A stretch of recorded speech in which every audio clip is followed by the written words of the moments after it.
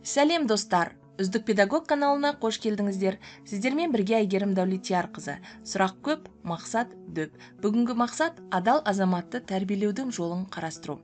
Ендеше каналыма тіркеліп лайк басып, комментарий жазуды ұмытпаңыздар. Дәл қазір лайк басыңыздар.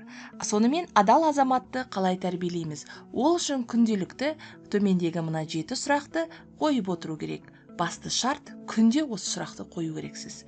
Бүгін не үйрендің? Бұл сұрақ баланың күнін қайта саралауына көмектеседі. Жауабы теп, мектеп пәні емес, өмірлік тәжірибе, эмоция, тіпті кішкентай жаңа түсінікте болуы мүмкін. Екінші сұрақ, бүгін не қиын болды? Бала өзіне қиын болған сәттерді бөлісу арқылы сенім арта бастайды. Бұл сұрақ арқылы сіз баланың ішкі күйін не мазалап тұрғанын түсінесіз. Мақсаты эмоционалды тұрақтылықты дамыту, ішкі күйді танып білу. Үшінші, бүгін сені не қуантты? Жақсылықты байқай білуді үйретеді. Бала кішкентай қуанышты сәттерді бөліскен сайын миына позитив күшейеді. Мақсаты ризашылық, қуаныш сезімін қалыптастыру. Төртінші сұрақ қандай деп ойлайсыздар? Оның жауабы экранда. Төртінші, бір нәрсені басқаша істер ме едің?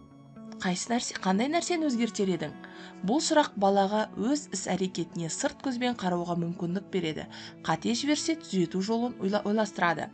Мақсаты сыни ойлау, жауапкершілік, өзін-өзі дамыту. Бесінші сұрақ, бүгін кімге көмектестің? Мейірімділік пен әлеуметтік қарым-қатынасты дамытудың тамаша тәсілі.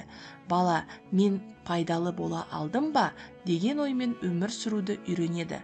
Мақсаты эмпатия, жаңашырлық, адамгершілік қасиетін дамыту. Сонымен алтыншы сұрақ, қандай сұрақ қойғың келеді?